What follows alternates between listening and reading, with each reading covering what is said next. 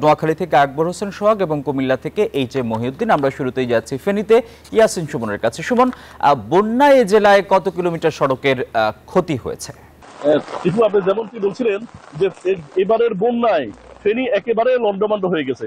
ফেনীর 5টি উপজেলার প্রায় প্রতিটি সড়ক একেবারে চলাচল অনুপযোগী হয়ে পড়েছে। যে আমি এখন আপনাকে দেখাবো যে এটি হচ্ছে দাগনভূঞা উপজেলার ইকবাল মেমোরিয়াল কলেজের সড়ক। এই সড়ক দিয়ে ইকবাল কলেজ সহ দাগনভূঞার বিভিন্ন প্রতিষ্ঠানের শিক্ষার্থী সহ সাধারণ মানুষ চলাচল করে। কিন্তু গতবারের বন্যার এই সড়কটি কিছুটা ক্ষতিগ্রস্ত হলো। এবারে বন্যার পানিতে এই সড়কটি ডুবে একেবারে চলাচল অনুপযোগী হয়ে উঠছে।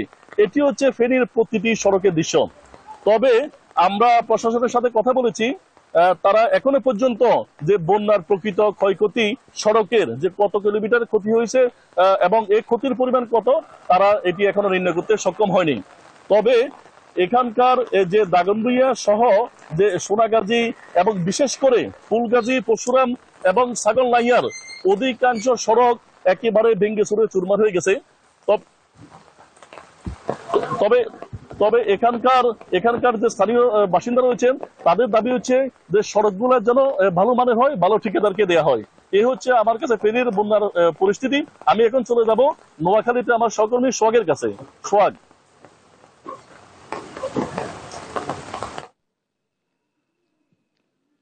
জি, ধন্যবাদ সুমন। আপনি যেমনটা জানিয়েছেন, ফেনী থেকে আমি আছি নোয়াখালীতে গত টানা 5 দিনের বৃষ্টির কারণে নোয়াখালীতে ব্যাপক ক্ষয়ক্ষতি হয়েছে। নোয়াখালীতে রাস্তাঘাট এবং নোয়াখালীতে বৃষ্টিতে বিভিন্ন জলাবদ্ধতার কারণে আপনার নোয়াখালীতে অনেকগুলো মৎস্য খামার বেসে গেছে মাছে, এবং পাশাপাশি আপনার কৃষি ক্ষেত্রেও ব্যাপক ধরনের ক্ষয়ক্ষতি হয়েছে। নোয়াখালীতে আমি আপনাকে যদি দেখাই যে এই যে মৎস্য খামারটি, এখানে প্রচুর এখানে মাছ বেসে গেছে, এবং পাশাপাশি কৃষিক্ষেত্রে যে কৃষিক্ষেত্রেও ব্যাপকভাবে ক্ষয়ক্ষতি হয়েছে। তো আসলে আমি নোয়াখালীতে আসলে জলাবদ্ধতায় মূল সমস্যা। এখানে একজন আমি নাগরিকের সাথে আমি কথা বলবো, আসলে এখানে মূল কি সমস্যা, এখানে কেন বারবার জল সমস্যা? ধন্যবাদ নিউজ 24-কে। গত 5 দিন থেকে নোয়াখালীতে টানা বৃষ্টিতে অধিকাংশ মাছের খামার ভেসে গেছে, এবং আমরা দীর্ঘদিন থেকে জলবদ্ধতাতে আছি। নোয়াখালী পৌরসভায় এখনও অনেক ঘরবাড়িতে পানি জমে আছে, পানি নামার কোনো ব্যবস্থা নাই। এই পানি না নামার মূল কারণ হচ্ছে অবৈধ দখলদার।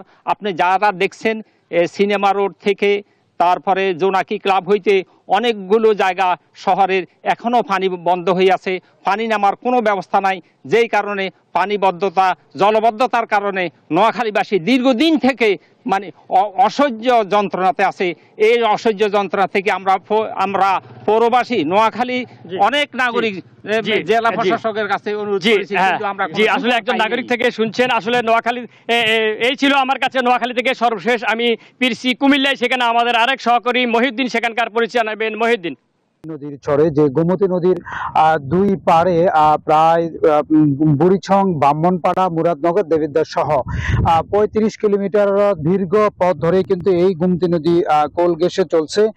টানা কয়েকদিনের অতি ভারী বৃষ্টির ফলে ভাঙ্গন এবং নদীর 2 পাড়ে যে কৃষকরা তাদের কৃষি চাষাবাদ করছেন, সেই কৃষি চাষাবাদ বিলীন হয়ে গেছে এবং ক্ষতিগ্রস্ত হয়েছে এই গোমতীর 2 পাড়ের চরে প্রায় 11,000-এরও অধিক হেক্টর কৃষি জমি। ক্ষতিগ্রস্ত হয়েছেন শত শত কৃষক।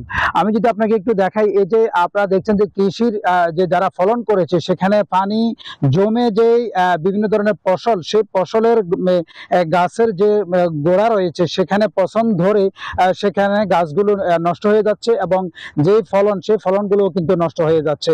আমি আরেকটু বিষয় বলি, জানি যে কুমিল্লা গোমতী নদীর যে ঝুঁকিপূর্ণ ছিল সেই ঝুঁকিপূর্ণ এখন আর নেই, ধীরে ধীরে পানি নামতে শুরু করেছে। তবে এই গোমতী নদীর পানি তৃণমূলে এবং লোকালয়ে গিয়ে সেখানে জলাবদ্ধতা সৃষ্টি হচ্ছে। বিশেষ করে অতি ভারী বৃষ্টি এবং বৃষ্টির কারণে কিন্তু বিভিন্ন উপজেলা, বিশেষ করে কুমিল্লা দক্ষিণাঞ্চলে কয়েকটি উপজেলাতে জলাবদ্ধতা সৃষ্টি হচ্ছে। মানুষের বাড়িঘরে পানি এখনো জমে আছে, যার কারণটি হচ্ছে যে বেড়িবাঁধ এবং অবৈধভাবে অপরিকল্পিতভাবে বাড়িঘর নির্মাণ করার কারণে কিন্তু সেখানে কিন্তু তাদের জলাবদ্ধতা সৃষ্টি হচ্ছে। তবে স্থানীয়রা এবং উপজেলা প্রশাসন যারা রয়েছেন তারা বিষয়টি দেখভাল দেখভাল করছেন যে এই জলাবদ্ধতা এবং এই বন্যায় কতজন কৃষক ক্ষতিগ্রস্ত হয়েছেন, তাদের একটি তালিকা হচ্ছে। সেই তালিকা অনুযায়ী তাদেরকে ক্ষতি সাধন কতটুকু পূরণ করা যায় সেই বিষয় নিয়ে কাজ করছেন কৃষি অফিস সহ সংশ্লিষ্ট দপ্তর। তো এই ছিল কুমিল্লা থেকে আমার কাছে সর্বশেষ। আমি চলে যাচ্ছি স্টুডিওতে আসিফ টিফু। বান্ডেল থাকলে প্রতি সেনমানিতে টাকা বাঁচবে। বিকাশ সেনমানি বান্ডেল কিনে জিতুন প্রতি লেনদেনে।